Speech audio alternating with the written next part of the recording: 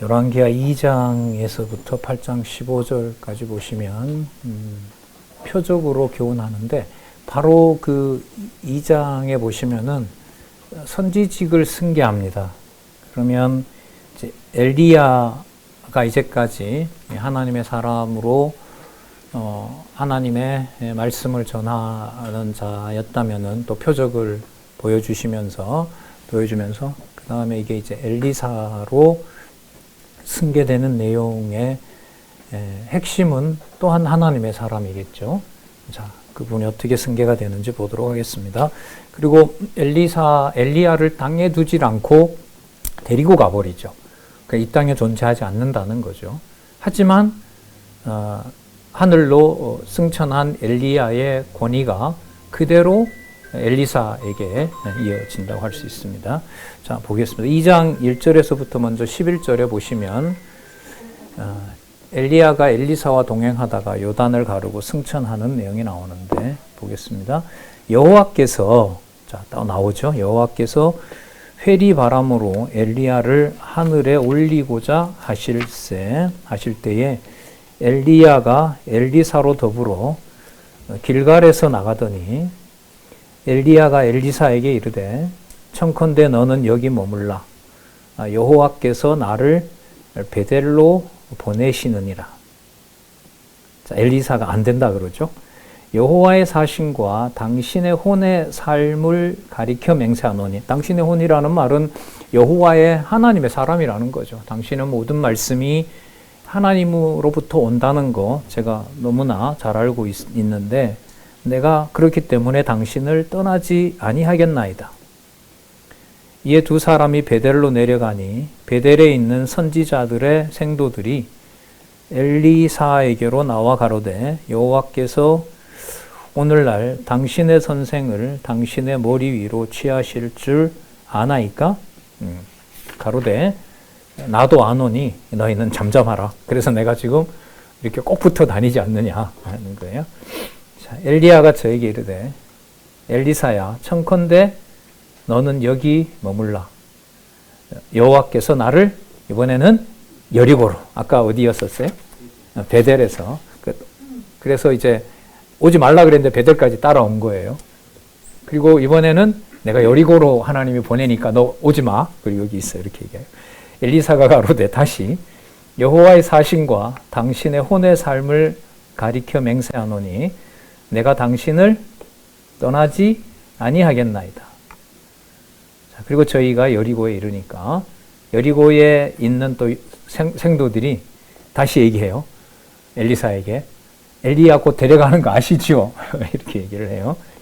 나도 안다. 잠잠해라. 이렇게 얘기를 해요. 자, 6절에 엘리야가 또 엘리사에게 이르되 청컨대 여기 머물라. 여호와께서 나를 이번에는 요단으로 저가 가로되 여호와의 사신과 당신의 혼의 삶을 가리켜 맹세하노니 내가 당신을 떠나지 아니하겠나이다. 이에 두 사람이 행하니라. 자, 7절에 선지자의 생도 50인이 가서 멀리 서서 바라보매 그 두 사람이 요단가에 섰더니 엘리야가 겉옷을 취하여 말아 물을 치매 물이 이리저리 갈라지고 두 사람이 육지 위로 건넜더라. 9절 건너매 엘리야가 엘리사에게 이르되 나를 내게서 취하시기 전에 내가 내게 어떻게 할 것을 구하라. 엘리사가 가로되 당신의 영감이 갑절이나 내게 있기를 구하나이다. 당신의 영감, 뭘 원하느냐라고 얘기를 합니다. 자, 이게 하나님의 사람임을 엘리사로 하여금 엘리야, 이렇게 선생이죠. 스승을 통해서 보여줬잖아요. 그러니까 엘리사로서는 지금 가신다고 하니까 바른 소원인 거죠. 그러니까 하나님의 사람으로 여호와의 말씀을 전하려고 한다면은 당신의 능력이 갑절로 내게 임한다는 말은 당신이 했던 것보다 더 큰 일을 한다는 게 아니고요. 본질은 누구의 사람으로? 당신이 가더라도 여호와의 사람으로 제가 남기를 원합니다. 라고 얘기를 하는 거예요.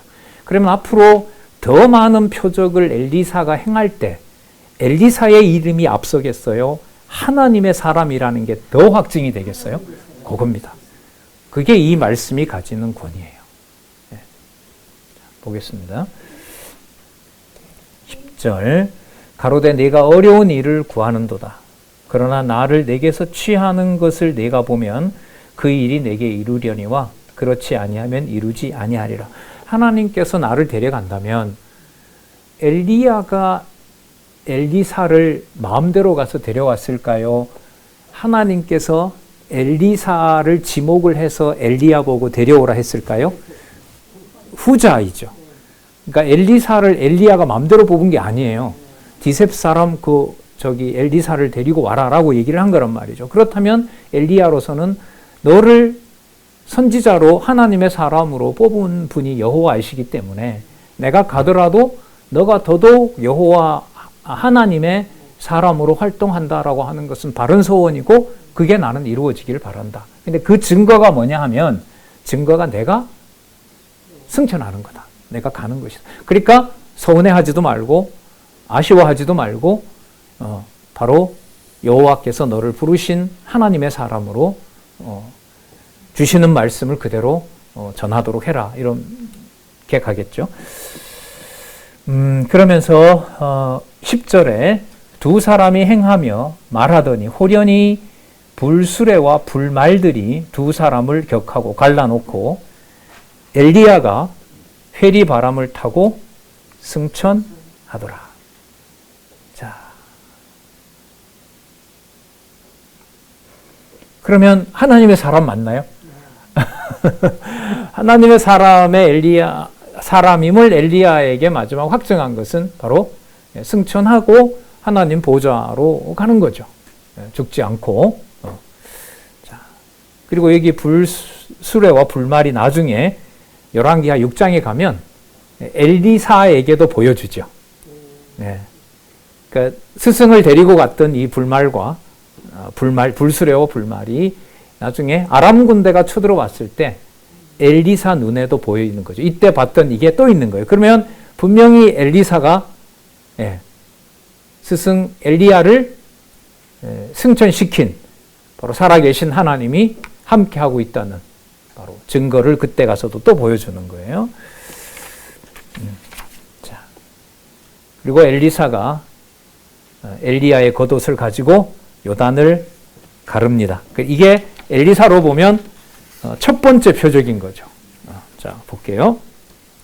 요단을 가르는 표적이 나옵니다. 12절 엘리사가 보고 소리 지르되 내 아버지여 내 아버지여 이스라엘의 병거와 그 마병이여 하더니 다시 보이지 아니하는지라. 이에 엘리사가 자기의 옷을 잡아 둘에 찢고 엘리야의 몸에서 떨어진 겉옷을 주워 가지고 돌아와서 요단 언덕에 서서 엘리야의 몸에서 떨어진 그 겉옷을 가지고 물을 치며 가로되 엘리야의 하나님 여호와는 어디 계시니까 하고 저도 물을 치매 물이 이리저리 갈라지고 엘리사가 건너니라. 자, 엘리사의 생도들이 용사 50인이 승천한 엘리야를 찾겠다고 나섭니다. 자, 승천했다 하는 상황은 못 본 것 같아요. 15절에 보면 생도들이 보니까 엘리야의 영감이 엘리사에 머물렀다 하고 가르니까요. 요단강을 가르니까 그도 하나님의 사람이구나라는 것을 확인해 줬습니다. 16절에 용사 50인이 찾아 나서겠다고 합니다.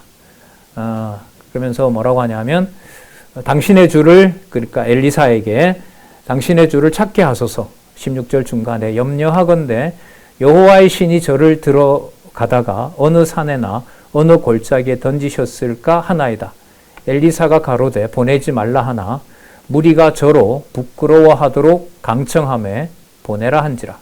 저희가 50인을 보내었더니 사흘을 찾되 발견하지 못하고 엘리사가 여리고에 머무는 중에 무리가 저에게 돌아오니 엘리사가 저희에게 이르되 내가 가지 말라고 너희에게 이르지 아니하였느냐 하였더라. 이 말은 바로 하늘로 승천했다는 거잖아요. 그럼 그 말은 엘리야가 누구다? 하나님의 사람이고 내가 요단물을 가르는 것을 보면 그와 같은 능력이 임하는 또 누구의 사람이다? 하나님의 사람이다. 그러면 북쪽 이스라엘이 그냥 타락해서 망하는 것하고요.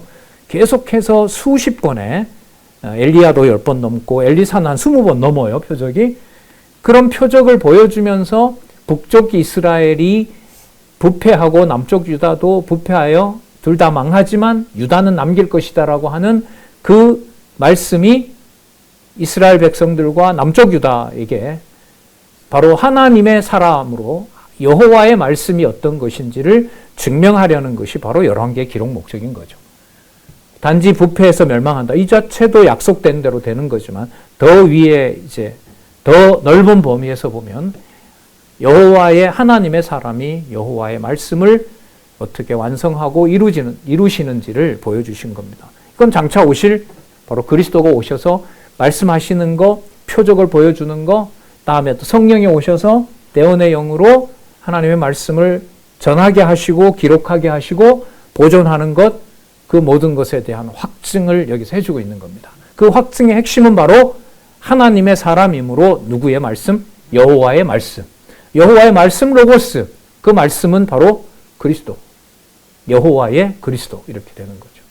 그래서 성경의 주제가 언약대로 이루시는 여호와는 하나님이시고, 그리고 그러므로 언약하신 그리스도가 그리스도로 오신 내용이 바로 하나님의 말씀이라고 할 수 있죠. 두 번째 사건 한번 볼까요?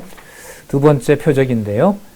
엘리사 선지자가 소금을 던져 여리고 성에 물을 고칩니다. 자, 이제 여리고에서 모여 있는데 거기에 물이 좋질 않아요. 그랬더니 20절에 새 그릇에 소금을 담아 가져오라고 하고, 자, 21절에 엘리사가 물 근원으로 나아가서 소금을 그 가운데 던지며 가로되 여호와의 말씀이 내가 이 물을 고쳤으니 이로 쫓아 다시 죽음이나 토산이 있지 못하고, 그러니까 열매가 떨어지는 일은 없을 것이다 라고 했고, 그게 그대로 이루어졌다는 내용이 두 번째 표적입니다. 아까 갑절로 달라 그랬으니까 더 많은 표적이 나올 수밖에 없어요. 목적은 엘리사가 더 유명하기 때문에? 아니에요. 하나님의 사람임을 더 분명하게 확증하면서 아합에게 약속했던 대로 이루어지고, 북쪽 이스라엘은 패망하고 남쪽 유다도 부패하고 패망하지만 유다의 이름을 남긴다고 했던 그 약속을 이루시는 거예요. 그러면 누구 이름만 남냐 하면 여호와 이름만 남는 거예요. 그게 바로 멸망시키는 방법이에요. 하나님의 말씀으로. 어떤 것도 용납하지 않아요. 23절. 엘리사가 거기서 베델로 올라가더니 길을 행할 때에 젊은 아이들, 다시 번역했죠? 어린 소녀들이 성에서 나와 저를 조롱하여 가로되 대머리에 올라가라, 대머리에 올라가라, 대머리에 가라라고 조롱을 했어요. 24절. 엘리사가 돌이켜 저희를 보고 여호와의 이름으로 저주하매 곧 수풀에서 암콤 둘이 나와서 아이들 중에 42명을 찢었더라. 엘리사가 거기서부터 갈멜산으로 가고 거기서 또 사마리아로 돌아왔어요. 갈멜산 저 꼭대기 있잖아요. 베델은 좀 밑에 있잖아요. 사마리아는 통치하는 곳이죠. 여기에서 이제 압수르에 의해서 이 도시가 망한단 말이죠. 거기에 가서 저주를 또 임하게 하려고. 남 놀리면 사자에게 물려가요. 조심하셔야 돼요. 입 조심하셔야 돼요.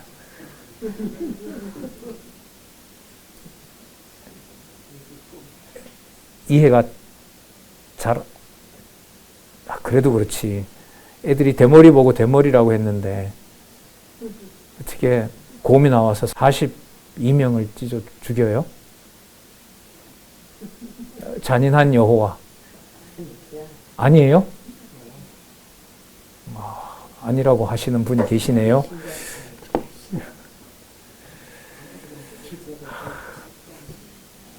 얘들은 천국 보내야 되겠죠? 안 돼요. 통하지 않습니다. 이게 통하지 않아요. 그 앞부분에도 왜 그 사자가 또 이렇게 찢어 죽인 적 있죠. 여호와의 하나님의 사람을 먹지 말라고 했는데 먹었다고. 이거 교회 학교 그 용어로 못 쓰겠죠. 결론은 어떻게 내야 되죠? 야, 너희들 절대로 장로님이나 권사님이나 목사님 외모 보고 놀리면 안 된다.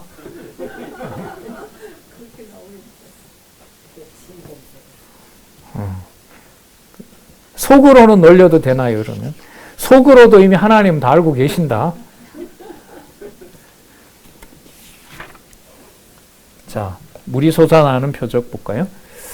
아합의 아들 여호람이 왕이 되어 여로보암의 길로 행합니다.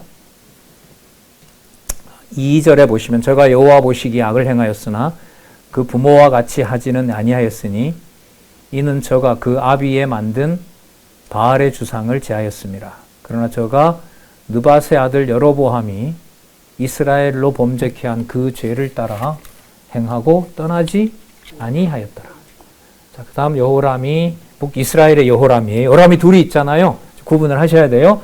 자, 3장 4절에서부터 12절 앞에 나오는 여호람은 북이스라엘의 여호람이 모압을 치려했으나 물이 없어서 어렵게 되는 내용이 나타납니다. 자, 또 누가 그 반역을 하냐 하면 모압 왕이 또 메사가라고 그러죠. 메사는 양을 치는 자라. 이 자가 다시 또 배반합니다. 그때 여호람이 6절에 사마리아에게서 나가서 온 이스라엘을 점거하고 이제 전쟁을 하려고 합니다. 그리고 유다 왕 여호사밧에게 전가를 넣어요. 당신과 나는 같은 백성인데 이 모압 왕 메세를 같이 치자. 8절에 여호람이 가로되 우리가 어느 길로 올라가리이까? 저가 대답하되 에돔에서 만나자라고 얘기합니다. 이스라엘 왕이 유다 왕과 에돔 왕으로 더불어 행하더니, 자, 에돔 왕도 같이, 죄송합니다. 에돔도 같이 합세를 해요. 이스라엘, 유다, 에돔이 길을 둘러 행한 지 7일에 군사와 따라가는 생축을 먹일 물이 없는지라. 10절에 이스라엘 왕이 가로되 슬프다. 여호와께서 이 세 왕을 불러 모아 모압의 손에 붙이리 하시는도다. 11절 여호사밧이 가로되 우리가 여호와께 물을 만한 여호와의 선지자가 여기 없느냐? 이스라엘 왕의 신복 중에 한 사람이 대답하여 가로되 전에 엘리야의 손에 물을 붓던 사밧의 아들 엘리사가 여기 있나이다.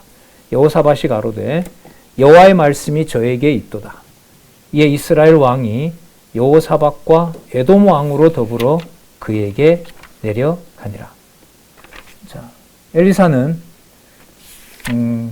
우물 날 곳을 일러줍니다. 하나님의 사람이고 더 많은 표적이 잇따라야 되고 갑절로 준다고 했기 때문에 더 많은 표적을 많이 보여줘야 돼요. 그래서 아합 가문이 망하는 것이 아합의 범죄 그 자체로 망하는 것이 아니라 누구의 말씀의 권위가?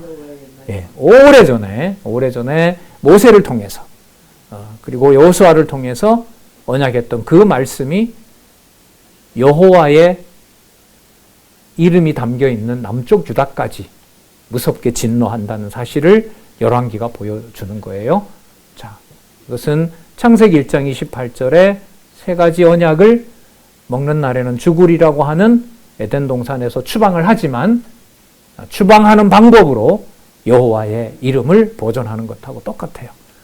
그래서 그리스도의 몸된 교회가 그리스도의 어린 양의 통치를 받는다고 하는 것은 그 어린 양처럼 그 교회가 표면적으로 봤을 때는 그야말로 풍비박산이 날 수도 있어요. 그리스도가 유대인들의 가족을 해체시키고 예수님이 그런 약속을 하잖아요. 말세가 되면 서로 잡아 죽이고 고발하고 이른바 배신과 배반의 역사가 일어난다는 거잖아요. 그게 그리스도가 살아계셔서 역사하시는 증거가 된다는 겁니다.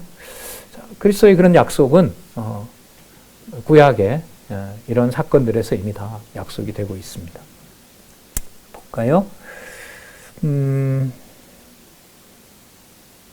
13절에 엘리사가 에돔 편에서 물이 나오게 합니다. 어디를 보실까요? 14절 엘리사가 가로되 내가 섬기는 만군의 여호와의 사심을 가리켜 맹세하노니. 여기 잘 보세요. 내가 만일 유다 왕 여호사밧의 낯을 봄이 아니면 당신을 향하지도 아니하고 보지도 아니하였으리라. 자, 그러면 여기에 에돔에서 물이 나오게 하는 것은 북이스라엘의 여호람이 청했어도 여호람을 위해서 한 게 아니고 누구를 위해서? 유다 왕 여호사밧을 위해서 한 거예요. 요게 약속대로 된 거예요. 엘리야에게 약속한 것이자 동시에 엘리사에게도 이 약속을 알려주고 있어요. 기억나실는지 모르겠어요. 이 책이 아닌데 이 책은 12장에서부터 시작하잖아요. 열왕기상 11장에 가면은요. 확인해 드릴게요. 열왕기사 11장 13절에 보면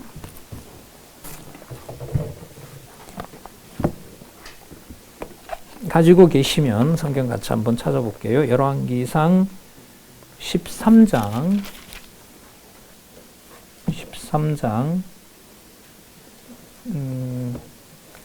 몇 절을 보시냐면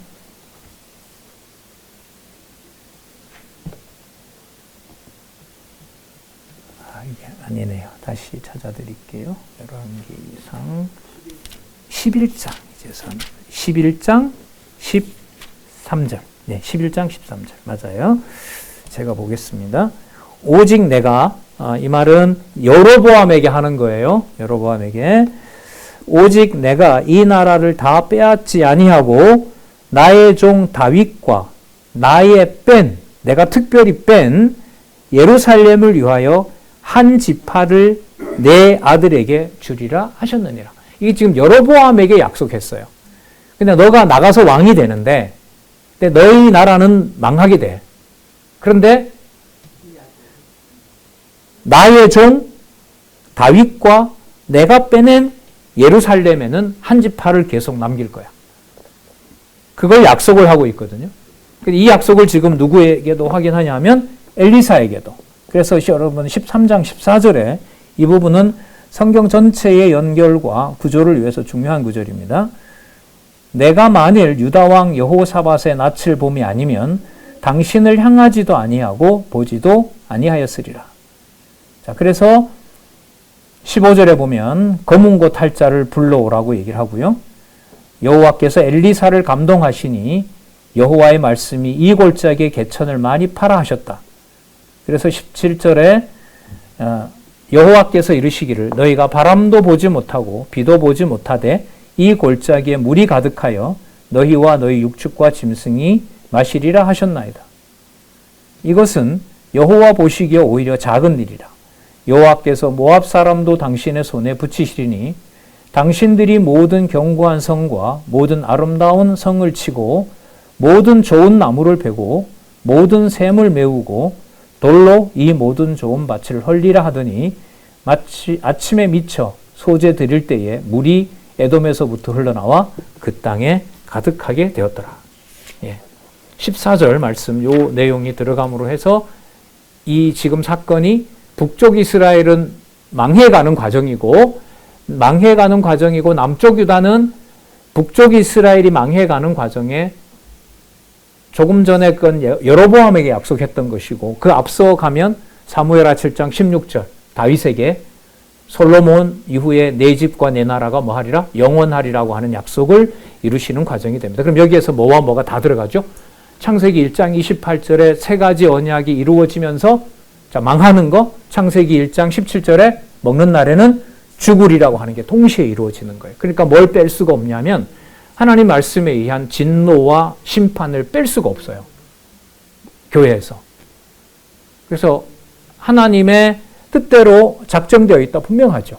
하지만 거기에 무엇이 선이고 무엇이 악이고 하나님의 심판이고 진노인지는 하나님의 사람이 와서 알려주지 않으면 그게 흥하는 건지 망하는 건지 몰라요. 아합조차도 나가서 아람에게 승리했을 때 기분 좋을까요? 나쁠까요? 좋죠. 전쟁에 이겼는데. 근데 그게 패망해 가는 원인을 또 만들어내요. 유다 왕들이 같이 가세해서 아합의 길로 행해요. 그건 나쁜 거예요? 좋은 거예요? 악한 짓을 한 거죠. 하지만 북쪽 이스라엘의 왕의 남쪽 유다가 가세한 그 일로 인해서 남쪽 유다에게 뭘 보여줘요? 여로보암에게 약속했던 대로 같이 붙어 있으니까 북쪽 이스라엘이 엘리야와 엘리사의 약속에서 망해가는 걸 남쪽 유다가 보는 거예요. 같이 뭐 하는데? 범죄하는데. 같이 범죄하는데 북쪽 이스라엘은 살아나고 싶고 이어지고 싶은데 원하지 않는 반란이 계속 일어나요. 남쪽 유다는 가세하고 같이 범죄하는데 계속 다윗성에 계속 차곡차곡 약속이 저장이 돼요. 여기에서 드러나는 게 남쪽 유다가 귀하다가 결론이 아니에요. 하나님의 약속, 하나님의 말씀의 권위가 어떻게 자기 백성들에게 계시되느냐. 자기 백성인 남쪽 유다에게 아까 보시면 예루살렘을 빼낸다 그랬잖아요. 예루살렘은 근데 빼는 줄 알았는데 보니까 바벨론에 또 망해. 그리고 모든 이름들이 다 바벨론으로 옮겨가. 다 끝난 줄 알았는데 레위기 26장을 막 찾아보니까 뺀 게 망한 게 아니야. 뭐 하려고? 안식시키려고. 70년 동안 예루살렘을 오염된 거 다 끌어내고 다시 70년 후에 돌아와서 성전 짓게 하려고. 그게 예루살렘을 뺀 역사와 관계가 되는 거죠. 지금 예루살렘 밟히잖아요. 언제까지? 이방인의 때가 찰 때까지. 하지만 원하는 그리스도의 몸된 교회가 세워집니다. 세워지지만 열왕기의 약속도 이루어집니다. 요한계시록에 보면 그리스도가 올 때 엄청난 대환란과 핍박이 있고 짐승 권세와 음녀 권세를 멸하시는 과정에 그 음녀와 짐승 권세가 주의 교회를 그만둡니까? 아니죠. 색출하죠. 색출해서 한 명도 그 교회가 될 수 없도록, 한 명도 성도가 없도록 괴롭힘을 당하고 거기에 순교하는 역사가 일어나는 겁니다.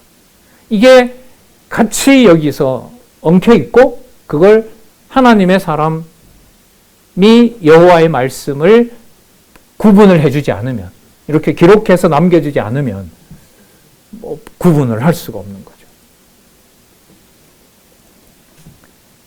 자, 그러니까 여호와의 기뻐하시는 뜻과 또 싫어하는 것이 무엇인지 감히 손댈 수가 없어요. 하지만 말씀이 전해지는 곳에 그 일은 반드시 일어난다는 겁니다. 자, 여기서 재밌는 일이 벌어집니다. 자, 샘물이 나왔습니다. 그랬더니 힘을 얻었어요. 힘을 얻어서 이 연합군, 북이스라엘, 그 다음 남유다, 에돔이 이제 승리를 일단은 합니다. 25절에 보면 그 성읍, 모압의 성읍을 헐고 각기 돌을 던져 모든 좋은 밭에 가득하게 하고, 그러니까 밭을 전부 돌밭으로 만들어서 더 이상 경작이 가능하지 않도록 만들었습니다. 그 다음에 모든 샘을 메우고 모든 좋은 나무를 베고 길하라셋의 돌들은 남기고 물맷꾼이 두루 다니며 치니라. 돌 가지고 이렇게 전쟁하는 거잖아요. 그 물맷돌 이러면 누구 있잖아요? 다윗이 골리앗 죽였다. 이 중요한, 역사적으로 보면 중요한 전쟁 무기가 되죠. 네, 이스라엘 사람들이 썼던 이 물매는 그 아랍 지역에서 길하라셋의 돌들을 남긴다라는 말은 뭐냐면 그 모압의 성이 남았다 이런 뜻이에요. 성이 남았다. 그러니까 아직 몰살을 당하지 않은 거죠.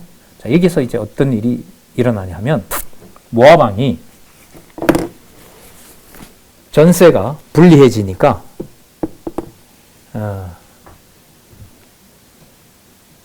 자기 맏아들을 잡아다가 번제로 드려요.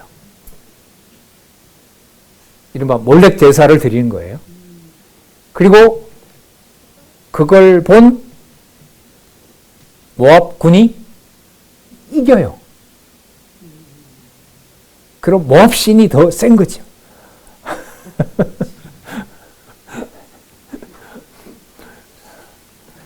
참 이 하나님의 이 섭리는 놀랍습니다, 진짜. 자, 26절에 칼찬 군사 700을 거느리고 충돌하여 지나서 에돔 왕에게로 가고자 하되 빠져나갈 수가 없으니까 27절에 이에 자기 위를 이어 왕이 될 맏아들을 취하여 성 위에서 범죄를 드린지라. 자, 이스라엘에게 대하여 크게 통분함이 임하매라는 말은 거기서도 설명을 하고 있지만은 이스라엘에 대하여 크게 다툼이 있었다라는 뜻이고요.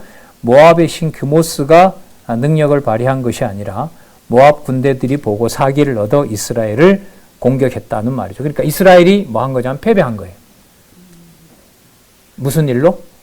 모압 왕이 맏아들을 자신의 신 규모스에게 제사를 드림으로. 그리고 저희가 떠나 각기 고국으로 돌아갔어요. 전쟁이 이제 전쟁이 중단이 된 거죠.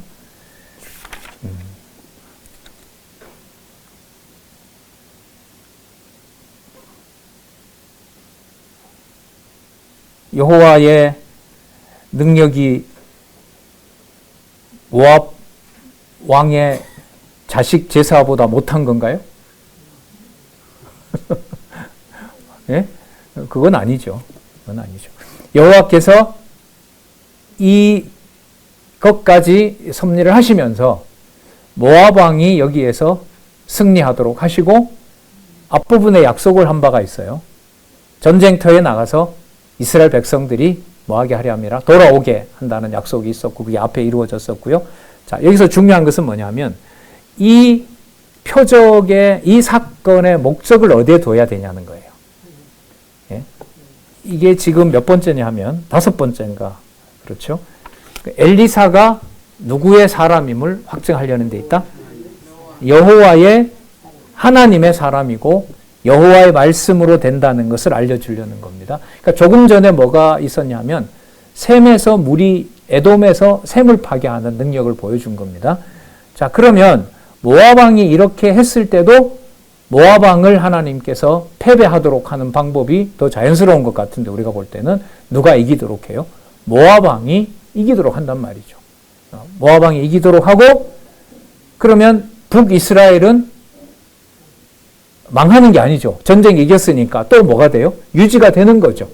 그럼 유지를 왜 시키느냐? 북쪽 이스라엘이 회개해서 돌아오도록? 아니에요.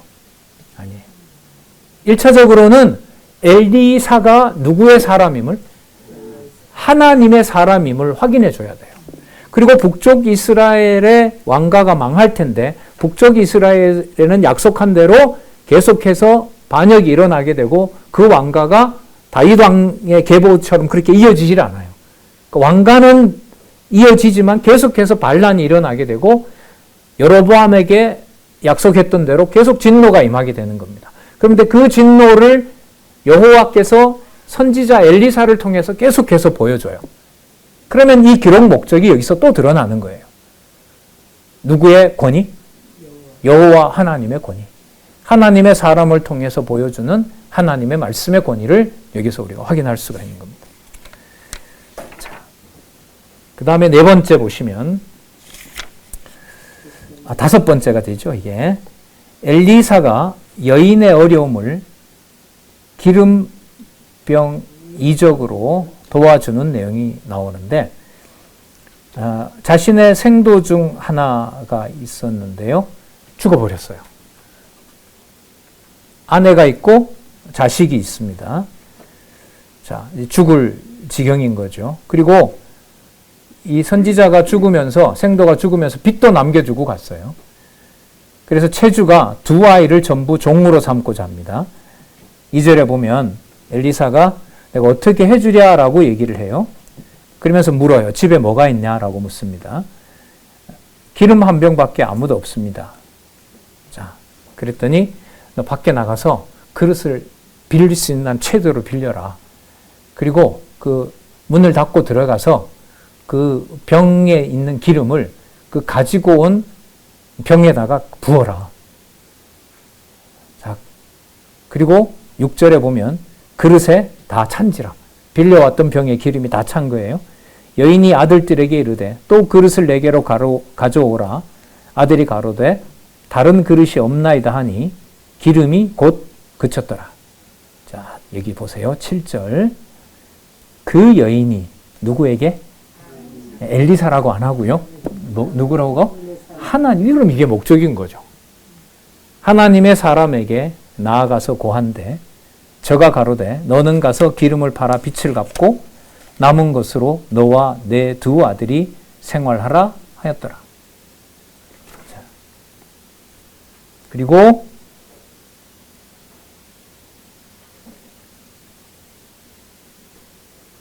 또 다른 표적을 보여줍니다.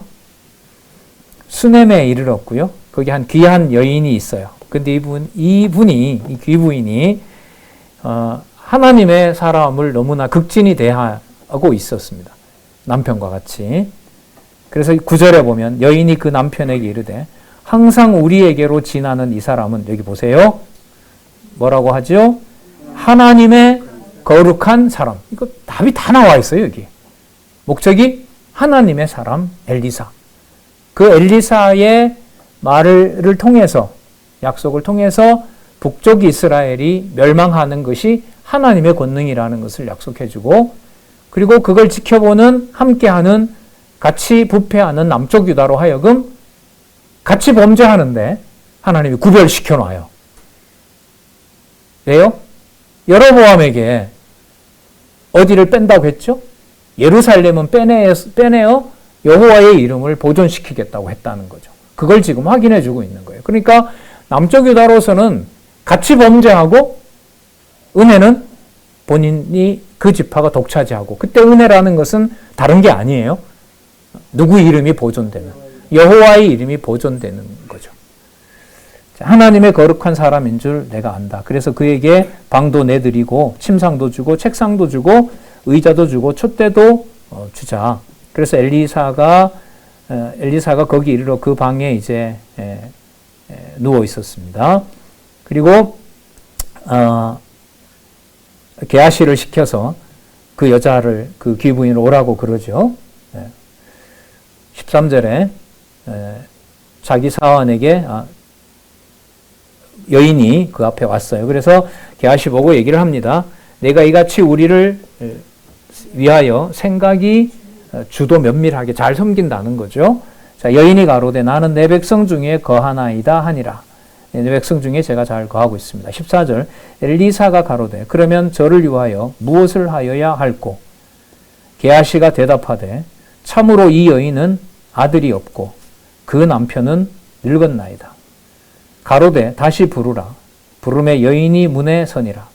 엘리사가 가로되 돌이 되면 내가 아들을 안으리라. 여인이 가로되 아니로소이다. 자, 또 다시 한번 뭐라 그러나요?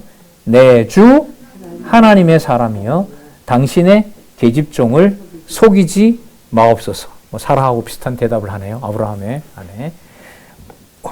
웃기는 소리 하지 마세요. 이 나이에 무슨 자녀가 생긴다는 겁니까? 라고 합니다. 자, 그런데 과연 돌이 됐을 때 엘리사가 약속한 대로 아들을 낳습니다. 답은 아까 나와 있었어요. 무엇을 위하여? 하나님의 거룩한 사람, 하나님의 사람임을 확인해 주는 겁니다. 자, 그런데 재밌는 게, 그러면 태어나게 했으면 늙음하게 줬으니까 보호를 잘 해줘야죠. 그런데 뭐 해요? 죽여요. 죽입니다. 그리고 또 다시 살려내요. 목적은 안 봐도 돼요. 빨리 대답하세요. 누구임을? 하나님의 사람이에요. 이건 하나님의 사람. 그러면 여러분 여기 수십 가지 지금 나올 텐데 장차 하나님의 사람으로 육의 몸을 입고 올 그리스도가 이 땅에 오셔서 하나님의 이름, 그 여호와를 얼마나 선명하게 보여줄 것인지, 그리고 그 말씀이 단지 던지는 게 아니라 이스라엘의, 북이스라엘의 멸망을 그 말씀에 의해서 징계하고 결국 심판해버리고 약속한 대로 다 버린다는 거죠. 그러니까 은총을 베풀 자에게 은총을 베풀고 긍휼을 베풀 자에게 긍휼을 베풀고 화를 베풀 자에게 화를 베푸시는 방법으로 여호와의 이름을 자손 땅 통치 언약을 이루어 가신다는 사실을 여기서 우리가 확인할 수 있죠. 아이가 아유 머리야 하다 죽어버렸어요. 20절에 보면 아이가 아프니까 당연히 어머니한테 데려갔겠죠. 그리고 무릎에다 앉혔는데 죽었습니다. 20절 그 어미가 올라가서 아들을, 여기 보세요. 엘리사라 안 하죠? 여러분 여기 4장에서부터 시작해서요. 계속 제가 미리 찾아왔거든요. 계속 하나님의 사람. 너무 분명하죠. 그 어미가 올라가서 아들을 하나님의 사람의 침상 위에 두고 문을 닫고 나와서 그 남편을 불러 이르되 청컨대 한 사환과 한 나귀를 내게 보내소서. 내가 하나님의 사람에게 달려갔다가 돌아오리이다. 자, 아이가 죽으니까 집에 있는 나귀를 가지고 사환을 데리고 하나님 사람이 있는 데로 가는 거예요. 자, 그 남편이 가로되 초하루도 아니고 안식일도 아닌데 그대가 오늘 어찌하여 전에 저에게 나가고자 하느냐? 여인이 가로되 뭐라 그럽니까? 평안이다. 샬롬 아니에요. 그죠? 샬롬. 평안을 위해서 갑니다. 그럼 이때 이 평안이 이 흐름으로 보면 자기 마음의 평안을 말하는 걸까요? 아니면 하나님의 사람의 강조점이 있을까요? 이 기록 목적이 하나님의 사람에게 있는 거죠. 여인이 가로되 평안이니이다.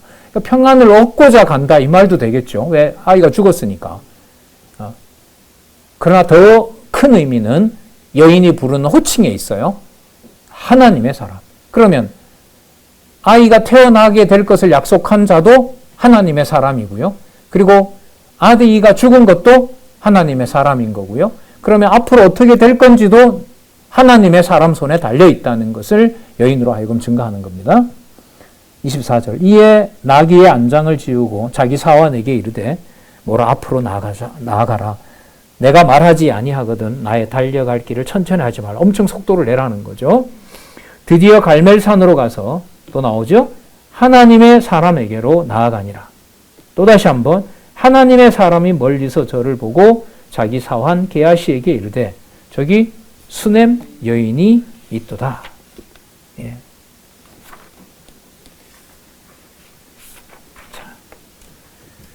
그냥 단순하게 아이를 못 낳았는데 아이를 낳았다. 낳은 아이가 앓다가 또 죽었다. 내 머리에 하면서 머리가 아픈 아이가 죽었다. 그리고 다시 살렸다. 사건은 이렇게 전개되잖아요. 근데 이걸 기록한 방식을 보면, 기록한 내용을 보면 의도가 무엇인지 분명히 드러나죠.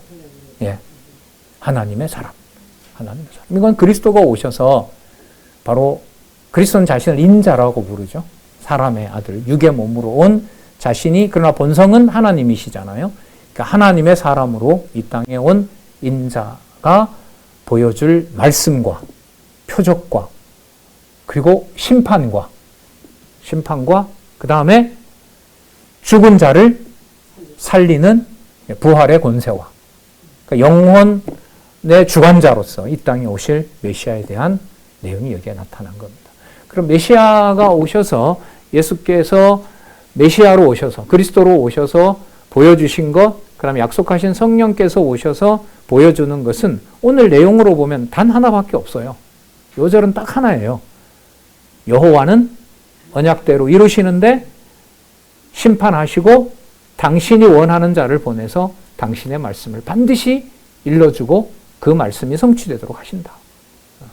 장차 오실 그리스도가 오셔서 말씀을 선포하시고 또 그 가운데 심판이 일어나게 되고 심판의 정도는 우리가 상상할 수 없는 규모와 정도로 그리고 그게 다 끝장났다라고 말을 하려고 하면 다시 또 누구를 보내요? 하나님의 사람을 보내서 여호와의 뜻대로 된다는 사실을 알려주는 겁니다.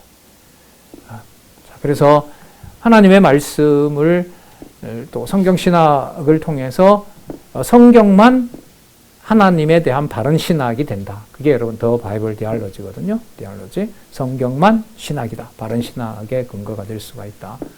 그래서 창세기 1장 1절부터 마지막 절까지 의미로 봤을 때 살았고 운동력 있는 하나님의 말씀으로 각자에게 필요한 말씀을 듣게 하시고 그 말씀이 여호와 중심으로 오직 하나님만 바라보게 하시는 것으로 기록한 말씀이 역사하고 운동하고 있는 거죠.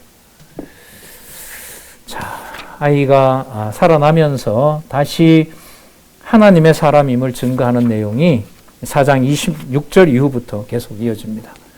다음 시간 4장 26절부터 계속 이어가도록 하겠습니다. 기도하겠습니다.